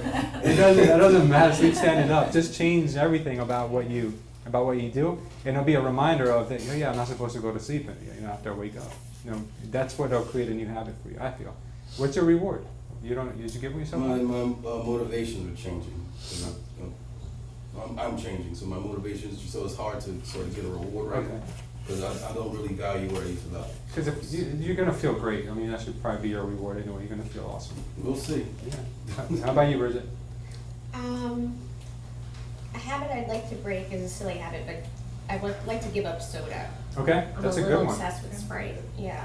So I think I Switch to should. beer. I can Switch to beer. Yeah, or flavored water maybe. I don't know. But I would have to have it ready, like how Sprite's just always ready and Sure. waiting for you. But Is that I'd something? also. I'm sorry. No, go ahead. I'm sorry. I'll let you finish. I'll take it. So I want to do that, and I want to break my habit of comparison. Because it really sucks the life out of me, and then I don't want to do anything. It does, and that's a problem I think we all inadvertently do sometimes. So we have to feel when it's being triggered by something, and whatever that it's being triggered by, kind of change that around. But the soda stuff, does your whole family drink soda? No. No, just you? Everybody drinks water. That's so easy to change then. You just gotta stop buying the soda, right?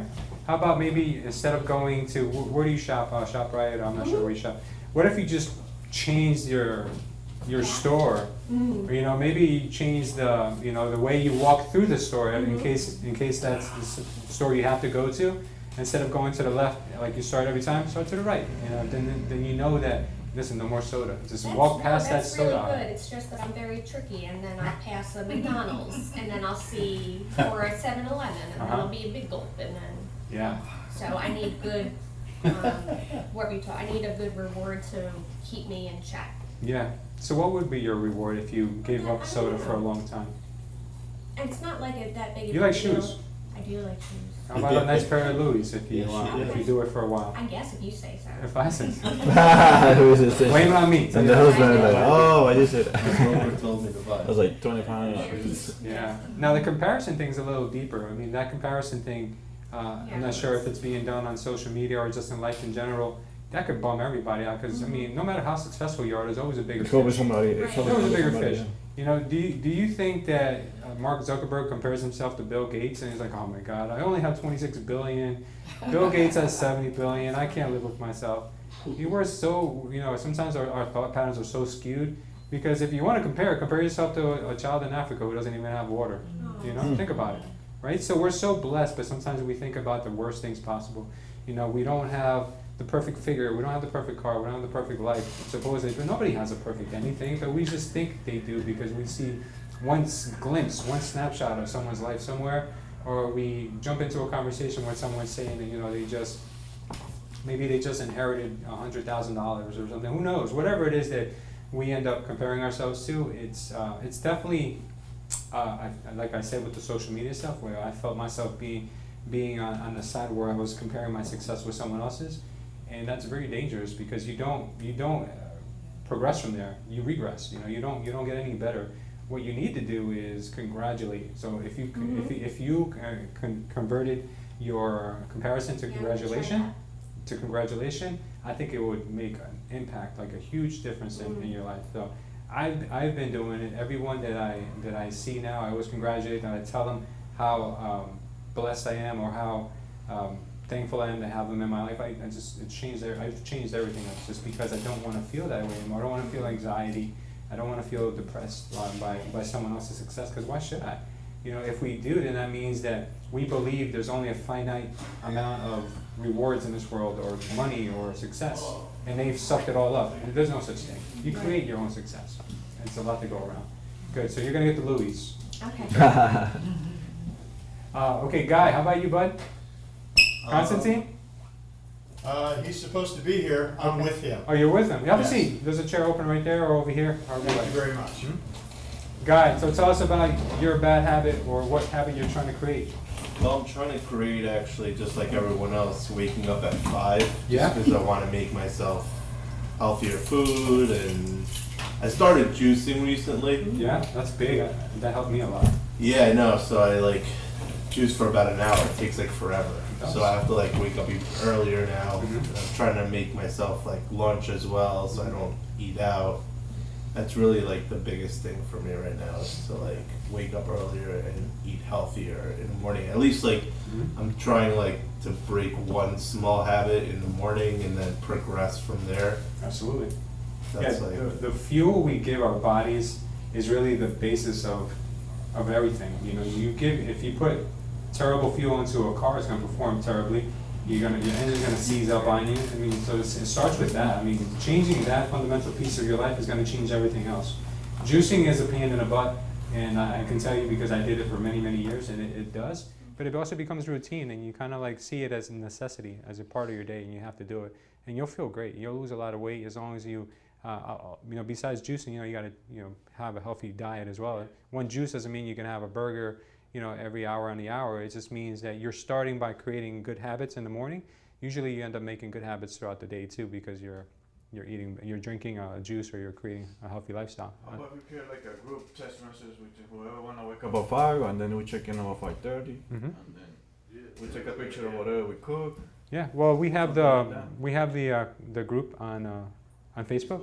Just go on But it. I don't think everybody wants to. I don't know. They might put it on silent, or They can silence us. I mean, I don't think we need to go out of our way to create another group.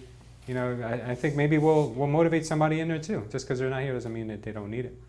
And if they don't like it, they can silence us. It's okay. No big deal. There's no perfect solution to it, but let's do that. If you guys want to feel like that's a good thing for you guys, we tried that a couple years ago where we were doing the 4 a.m. club or 5 a.m. club. I forgot what we did. We did something like that. It worked for a little while. People were on there. Crazy. Yeah, they were messaging back and forth. So it works.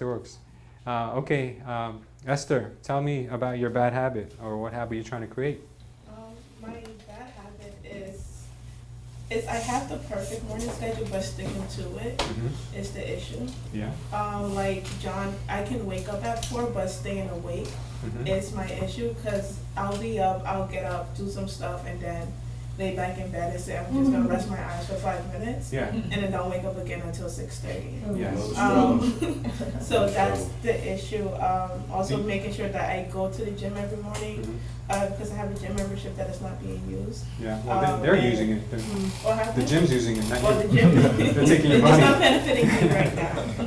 But because the end goal is to lose 120 pounds, and in order Wow. for me to do that, a lot has Yeah. to change. So kind of just sticking to the routine. Yeah. Have you noticed a pattern from when you wake up and then you end up falling asleep again? Is there a pattern that you normally take that allows you to do that?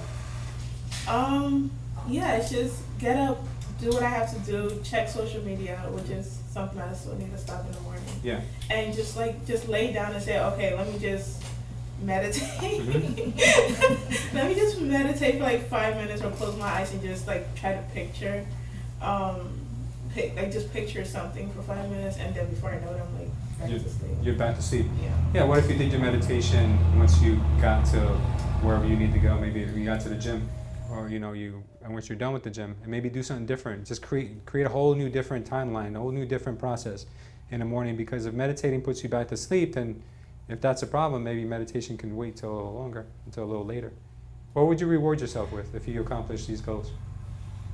I honestly haven't thought about it. Yeah? But it'll probably be a vacation to somewhere tropical. And there you go. We'll figure out what it is. That way you can make that the ultimate goal.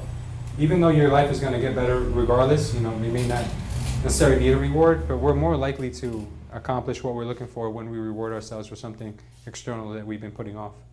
So that's good. Constantine, we were covering today habits, breaking bad habits, creating new ones. So you're right on time. Guys, Constantine's going to do a presentation for us today. If you want, do you have anything you need to plug in, or you have some stuff you want us to hand out? I brought my colleague over here with me. How are we going to work this? We can just talk. Okay. We're good. Yeah, before we get to that, just have one more person, and then we'll get to your presentation, okay? So, Joelle, what bad habit do you have? What bad habit what good habit would you like to create? Stomping through the office. Stomping through the office. That's not changing. Well, one day I woke up and I got to the gym at 4:30 and I felt great the entire day. I even did a video on Instagram about it, and I want to get back to that. I don't want to get up at 3 or 4 in the morning. I'm okay with waking up at 4:30 or whatever, but I'm getting better. I'm not getting bad, but I don't want to depend on someone else, like alarm me or another person. I want to know what I can do myself. So my reward for that, would be, if I can do it, then I'm happy about it. I have a better mood. And I got to the office at 7, so I liked that. Mm-hmm. And I felt great that day. I did a social media video, which I don't. Yeah, you must have been really happy. I was really happy, and then, so I just want to get used to that. How long would you consider it a win? How many days in a row would you consider it a win? No, I just want to do it every day. I don't want to do it like for just 30 days. Every day I want to do it. Okay, good. So you just want to change that period. Mm-hmm. And you just want to, basically what you want to change is your discipline. Yeah, it's not bad, like how John Lewis was saying, like he gets up, but for example, today I had my alarm at 4:30. I didn't officially get up till 5:20. I'm like, oh crap, here we go. So, but again, I'm hard on myself and I push myself. I don't need another accountability, so that's enough. Like, I'm sure everyone's yelled at themselves before. So yeah, you need to get used to that. There was a time where actually I got up early, it was like 5 o'clock, and I got to the gym by 6, but I was so tired that I slept in the parking lot for another half hour. Oh my God. It can get pretty bad. You guys have to be really tough on yourselves. But then once you're in there and you're warming up. So yeah, I can relate to you guys. No one's perfect. I mean, everybody has, but you gotta, I never did it again though. So, because I said to myself, all right, what I did was, I said, you know what, let me just recline the chair for a little bit. I'll listen to the rest of this chapter on my audiobook and then I'll go. I was like, no, then never again will I do that. So now, today I think was my record. I think today I got to the gym at like 5:44 or something. It was pretty early today. It was really early. So I'd like to keep doing that because that allows me to get here early. I was here at 7 today, even though I did a really quick workout today. But I was able to get here at 7. So as long as I'm here before 8, I feel good. I feel like I can still spend the first half hour to myself doing whatever I got to do, and then the rest of the day, by the time people get here, I'm already good to go. I'm straight. You guys are like behind. I feel like I'm ahead of everyone. Not that I'm trying to beat you guys, but I feel like whatever you guys throw at me, I'm good because I've already done my stuff for the day. This is a great feeling, getting a head start on everyone. Awesome. All right, thank you, Jolie, for sharing. Okay, Constantine, floor is all yours. How would you guys like to? Do you guys have stuff to hand out?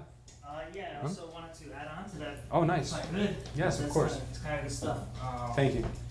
I'll come up here. Hi, everybody. Constantino. Hello. Constantino, I'm a father of 4 kids. They're young. And one of the things about habits is when they were living with mom, they would get up 15 minutes before school and be half asleep, rushing, slugging in. So what I do is I like to get them up earlier an hour before, they have breakfast, they're doing their brains are working, they're getting their day started with positive thoughts, and by the time they get into class, you know, they already have their brain warmed up to get to the rest of the day. So that's a good habit that I try to tell my kids. They've had their coffee and everything?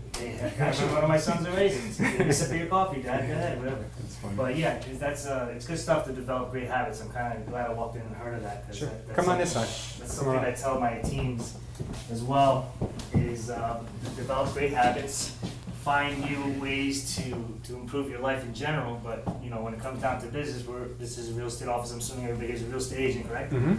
So one of the things Louis said to me is try not to talk about just about mortgages, which is very cool. So I brought my colleague Jim over here, come on over, and he has some really great ideas to get you guys a little bit busier. We'll keep it brief, but I want to just give him the floor. I want to bring his expertise here. He's been in this business for a long time, and he runs our Fix-It department, which is an absolute a gift to have for him. But God. Thank you. So my name is Jim Reagan, and I've been in the mortgage business since 1971. I've done renovation loans exclusively since 1988. And the good thing about that is I've learned how to do everything by making all the mistakes you can possibly think of. And developing good habits around, turn around and take a look at what you've done, what you've accomplished, what you would like to change. And I'll tell you, most lenders do renovation loans do them by accident and try to fix a transaction rather than doing them on purpose, which is what our objective is. We like to do renovation loans on purpose and do them offensively so that you can really help somebody find affordable home ownership. And I can tell you, through thousands of transactions, I've seen people buy homes they would never had the chance to buy without a renovation loan. So just a little background, so you know that I'm not just one of the guys that's going to say, yeah, no problem, we can do that. Because these transactions do have extra steps, extra terms and conditions, and we have a team of experts to handle that. But I did my first 203K in 1988, and I'll never forget it. I was with a little mortgage company in New Jersey. I managed a little retail branch, and my brother calls me up one day, and he says, Jim, I just sold that house in Newark to a lady, and you need to get her a mortgage. And I knew immediately I was in trouble because I knew the condition of the property. It was a two-family. It was not in good condition. Someone with the company that I was with had mentioned 203K to me and said, you can close as is. And I knew that's what I was going to have to accomplish. So long story short, it took like 6 months to get that deal closed. So if that happened to you, whose fault would that be? It would be my fault, right? And it was. Like, everyone was upset. My brother didn't talk to me for months, right? So about 3 or 4 months after the closing, the lady calls me up. And now this is 1988, so I got this little pink sheet of paper coming across my desk, right? Lady's on the phone. And I'm going, well, I'm going to get on the phone, and I'm going to take a beating for something else. And that's not what happened. She called me because she wanted to thank me, and I remember this specifically. She said, Jim, I just called you because I wanted to thank you because the project is done and my daughters have a safe place to do their homework. So I got a lot of kids. I have like twice as many as he has. Wow. And that really got my attention. So I turned around to take a look at not only what was accomplished, but how we could do that on purpose. And I found something really special. Renovation loans allow you to close on any home in any condition, in any neighborhood, for any qualified buyer. And what we did was put together a different business plan. A business at the time, after that first transaction, I opened a little company called K Mortgage. K Mortgage, right here out of Asbury Park, New Jersey. between 1989 and 1997 was the 5th largest 203K lender in the United States. And it was just me and like 3 or 4 other guys. Wow. I became the underwriter and I started the company. I was the owner-operator. And at the time, I got on HUD's lender committees because we were one of the largest. And anyway, had a lot to do with the real regulations. I read all the books, read all the mortgagee letters, and I believe that for you to call yourself a specialist or an expert, you must be that. So we put together a team of people that really study the transaction so that we know exactly how we can use it on purpose to help more people buy houses. After K Mortgage, I went to Bank of New York and I went to Bank of America. I was a national renovation lending manager at Bank of America. Over the years, I got tired of big corporate stuff. I found Advisors Mortgage 3.5 years ago, and I'm thankful that I did. It's a great company with great people, and they allowed us to start a different business plan. And our business plan is, I brought some of the core people with me that have been with me for 15 and 20 years. We have a group of 6 experts in renovation lending, both in sales and operations, and our job is to support him and to support you when you have customers who want to buy a fixer-upper. You know, renovation loans have this bad rap in the field, right? Where you think it's a terrible transaction because it takes too long. Any of you done a 203K? Yes. Sure, yeah. Did it take a little longer than you wanted it to? Sure it did. So often it's your last worst transaction that you remember, right? So instead of that, it really needs to have a good turnaround time, good execution. And that really takes experts.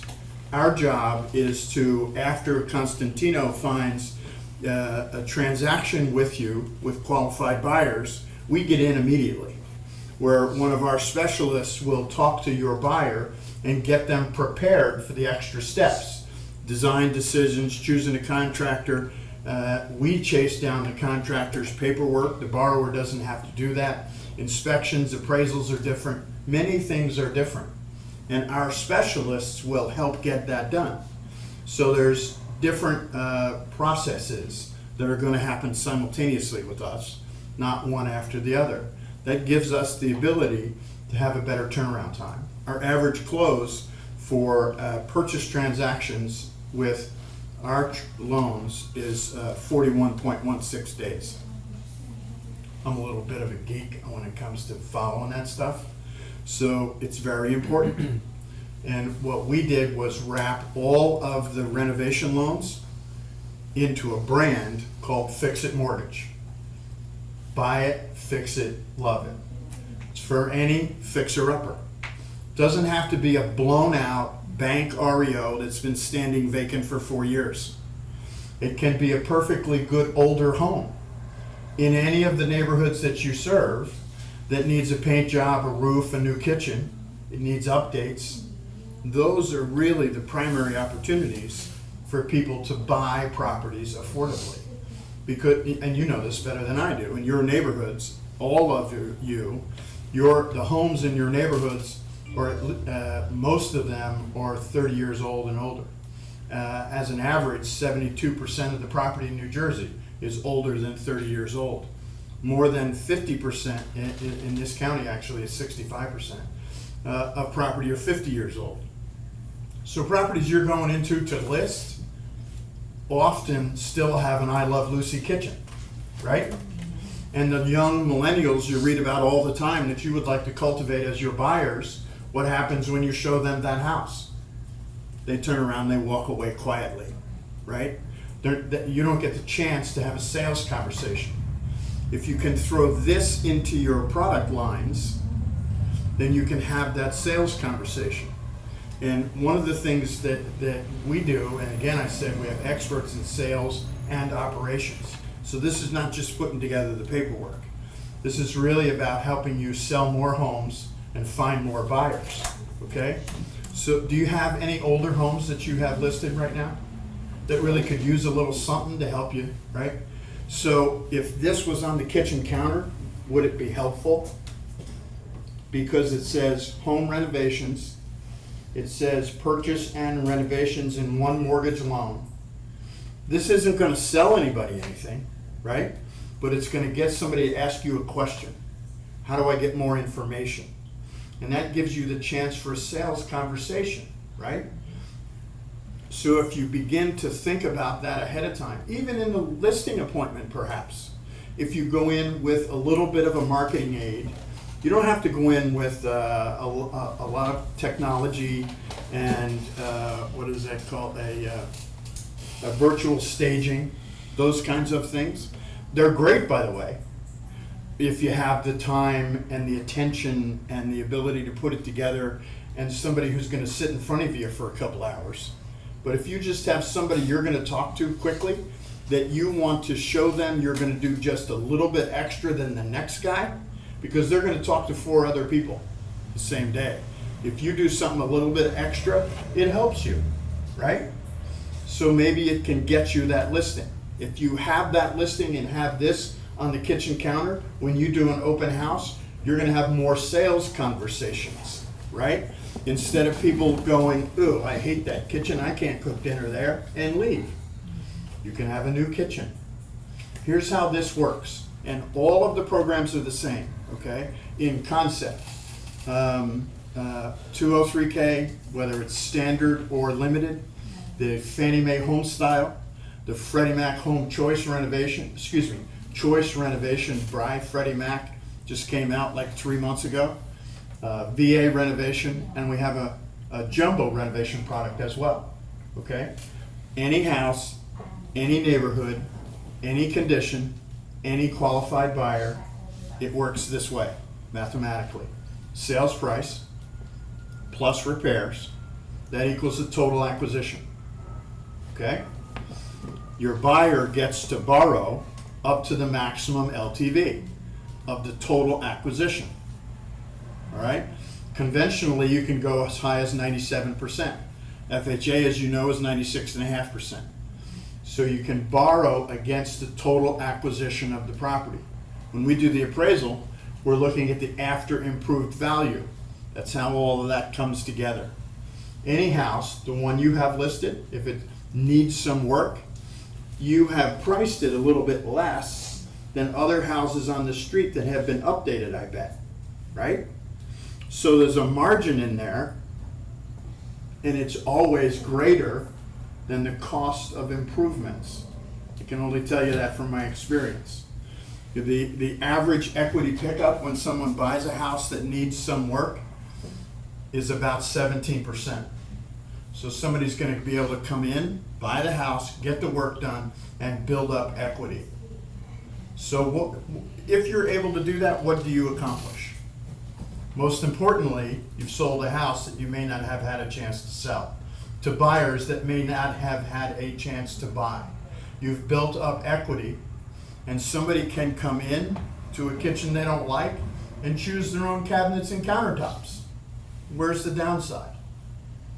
And it really can be all of the, it can be minor repairs, it can be just graffiti on the dining room wall, which you see in REO properties all the time. Or it can be up to completely blown out houses you got to scrape off the foundation and build a new one. I've done them all the way in between. So sales price plus repairs equals the total investment. Borrowers get to borrow up to 97% of that total investment, okay? There are marketing tools to help you. The process is really very simple. As you begin to think about these houses, and if you, the one that you have listed, as you inspect them, because you do, right? Think about how much it's going to cost for a paint job and a roof and a kitchen, whatever it happens to need. Look for bigger things, okay? Look at the foundation, see if there's a problem there, because then you're going to know a little bit about what kind of buyer you're going to be able to help. Young first-time home buyers, they can't go put in a new foundation, right? The costs are going to get beyond them. The complications are going to get beyond that. But if it's a paint job and a roof and a kitchen and updating the electrical and plumbing, anybody can do that with the right advice. You can give them that advice with a good inspection to begin with. Again, the process is a little bit of homework on the front end, okay? So that you can begin thinking about, you have more buyers that you can appeal to, get them qualified, because then when we do the qualification, we're already thinking about that math. We're thinking about, we're qualifying them at a loan amount, and the loan amount is going to include sales price plus renovations, okay? So if Tino qualifies somebody for $400,000, okay, and they come to you with a $400,000 qualification certificate, and if they're thinking about older homes, or I want the, you know, I'm interested in getting into a property and, you know, doing some work and getting my own kitchen, don't sell them a house for $400,000. Sell them a house for $300,000 that needs $100,000 in renovations, because then you have that margin to get that work done. Does that make sense to you guys? Is this something that would be helpful? It's really amazing. I'll tell you that. And I seriously have looked at them for a long time, and I liked I paid attention to what you were saying earlier, and I can tell you, you got to have a little more energy, right, to do these kinds of things, because you got to get tuned in, right? And all of the things you talked about, in my opinion, the reward is that extra bit of energy to get you focused into what you're doing. And I can tell you from a guy that's a little older than most of you, I don't know about you actually. You're a kid. You gotta have some energy. You gotta turn the clock back. You gotta feel good about what you're doing. And I'll tell you, when you get somebody into a house like this, and you turn around and take their picture on the front step after that project's done, that's feeling good. You can do that with renovation loans. Don't be afraid of them. Don't let somebody say, I'm never doing one of those things because they don't close. Because they do, if you use the right experts. And we can help you by bringing that to the table. We're going to be behind him in every transaction so that we can talk to the borrower immediately. We can get the right service providers in the transaction immediately, and we can get you to the closing table on time. In addition to that, we're going to manage the escrow account. That's where the money goes. For the renovations, it's just kind of like a construction loan. And our staff is going to help your buyer complete the project so that they're happy with you at the end of the renovations, which is when you get more business, right? Make sense? Yeah. Any questions? I have one. Yes, sir. Do you have any mortgage products or loan products where you can finance if the renovation costs more than the purchase amount? Yes. Fantastic. Yeah. There's some restrictions on some of the products, which is probably what you're kind of thinking about. As an example, the conventional products have a limit of 75% as the threshold for renovation against the after improved value. Okay. The 203K does not. There is no combination other than the getting to the maximum loan amount. Okay, so if you had somebody that could buy a house, I don't know, that's for one of the cities owned in a tax sale or something, yeah, exactly, for like $50,000, and it needs $200,000 in renovations, let's go. Fantastic. Okay. What are you thinking about? No, it was interesting. So up to 75%, is that what you were saying? Yeah, but here's the deal. Here's what I would encourage you to do. That's only on some of the products, okay? So if we were to try to teach you the details of all of those products, we would be here for a few days, okay? We do have a more elevated course about this. We're just finishing up that we could talk about at some point. But that's our job, is to figure out which product to use. When you sell a house that needs renovations to a qualified buyer, we have an inventory of products where we're going to be able to help them. Fix-it mortgage is a complete inventory of government and conventional renovation loans. Our job is to qualify the buyer and then sort through the variables in the transaction, choose the right product for the transaction that's most economical for your buyer. Okay? As an example, yeah, I don't know the profile of the house you have listed, but if you have a young couple come in and they are interested and they do want a renovation loan and their FICOs are 750 and they got a couple of bucks in the bank for a down payment, then most lenders are going to sell you a 203K loan, right? Well, hold on a minute. You got a conventional borrower. You got 750 FICOs. You got some down payment. You should be in a conventional loan to save them the mortgage insurance premium. We'll use a Fannie Mae Home Style or a Freddie Mac Choice Renovation so that we make the most economical choice. There are a lot of those kind of variables that we're going to sort through as soon as we know about the buyer and about the property. Okay? Anybody else? Would you look, can these be helpful to you? He can get them inside of about 24 hours. Okay?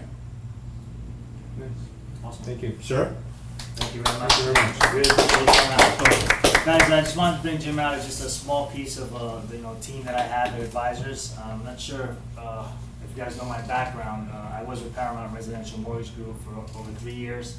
Fantastic bank. It was a very hard decision, but coming here, the difference is kind of funny because you have a good culture. Mm-hmm. The culture over at Advisors is amazing. The people that I have backing me up allows me to grow and do what I do best, is sit in front of clients and make sure they're happy, make sure I can help realtors.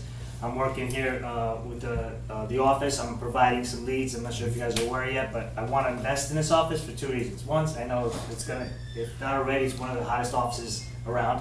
Mm-hmm. You got a great leader here. I just moved to Middlesex County, so it's in my ballpark. And I'm starting to build North Jersey as far as loan officers and building new accounts. So this will be like my go-to office. I'll give. I'm not expecting anything back. I just like the fact that I can help agents, help brokers, and help my clients. I do have clients I give. I just want people to make sure that they get taken care of, they're getting shown homes and things of that nature. So I know you guys have a nice busy day, good week coming up. Does anybody have any questions for me personally or anything like that? No? Okay. Where's your office? Excuse me? Like a business card? Yes, of course. I'm going to give you guys my business cards. My office. Yeah, where's your office located? My office is in Hazlitt, and then I have a home office in Middlesex, and then I move around from offices to offices. We're looking in Union County to put my branch. Okay. So that looks probably 90, 120 days out. Nice. Team's ready to go. Just got to find the right location, because we're also trying to capture like Bergen and Essex County, somewhere where we can have a centrally located to be considered our North Jersey branch. Nice. So it's pretty cool project. As far as my cards, yes, I do. Here you go. I also have some T-shirts here for you guys. Good. You got it right. Do you have staff members that speak Spanish as well? Of course I do. And I speak Spanish, Italian. You do? I do. I thought you were Greek. No, I don't speak Greek, but the name Constantino. Yeah, Constantino Bovino. Constantino gets with the Italian. Yeah, with the C. Usually they have it with a K or an E at the end. Thank you. There you go. Quiet. That's amazing. I'm available. I just want to give you guys a little background of myself. I've been doing this for a really long time. It's been my bread and butter. It's been feeding my family, and I'm not the same mortgage representative I was in my 20s or even my 30s. I'm 48 now. It's a lot easier. It's a lot more transparent. I'm not trying to be a salesman. I'm not trying to like get business and go buy new cars and do different things of that nature. I'm in this to help people. When I sit in front of a client, I give them the facts. I let them know exactly what their situation is. If they have some obstacles, I don't just push them away. I honestly have an amazing credit person, $400, helps me repair credit. It's one fee, she gets it done quickly, and I keep a history of who I got that client from, and I will bring that client back once they're ready to go. So there's a lot of things that I like to do differently. As you get older, you have different angles of what you want to do in life, and one of the biggest one is actually helping people get in homes. Whether it's their first home, the second home, investors, whatever it is. I have a big network of friends, business partners, so I utilize all that. and this is my bread and butter. So if you guys want to give me a chance, that's great. If not, I'm still giving business here. I just want somebody to take care of my clients as well. Yeah. And in time, we'll develop some relationships. We'll see how I work. And that's just how I work with my other agents that I build my relationships with. It takes time. I'm not here to just say, hey guys, need business. Check it out. We'll see what we can do together. Thank you. All right. Appreciate you, brother. Appreciate you very much. Louis, can I say one more thing? Yes, Jim. Oh, and I want to ask you a question, really. I said we have another course. We actually have a course submitted to state right now for CD credits. Oh, nice. So we hope to get it pretty soon. It's going to have 3 CD credits. It's going to be Certified Fixer-Upper Agent.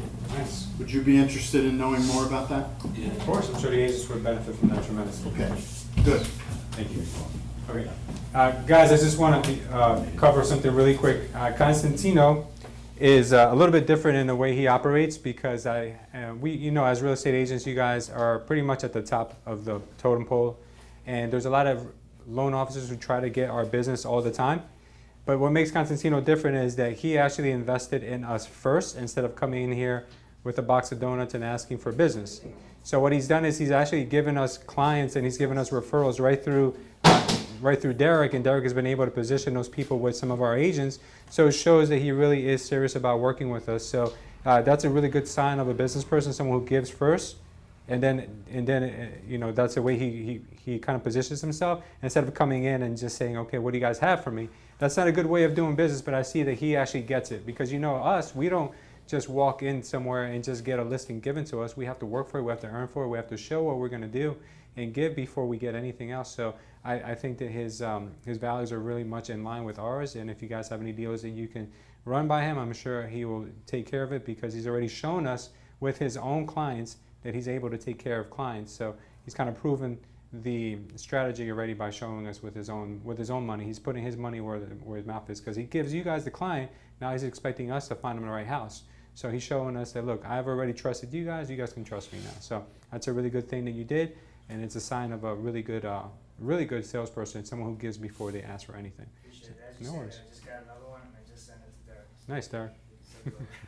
Make sure you give it to somebody who's in the training today. Good. Right. I really, really appreciate you guys' time. Thank you so much. Thank you. Oh, thank you guys. Nice to see you. Bye-bye, thank you. All right, good. All right, guys, we're going to cover our announcements and then we'll close out. All right, just a little bit over.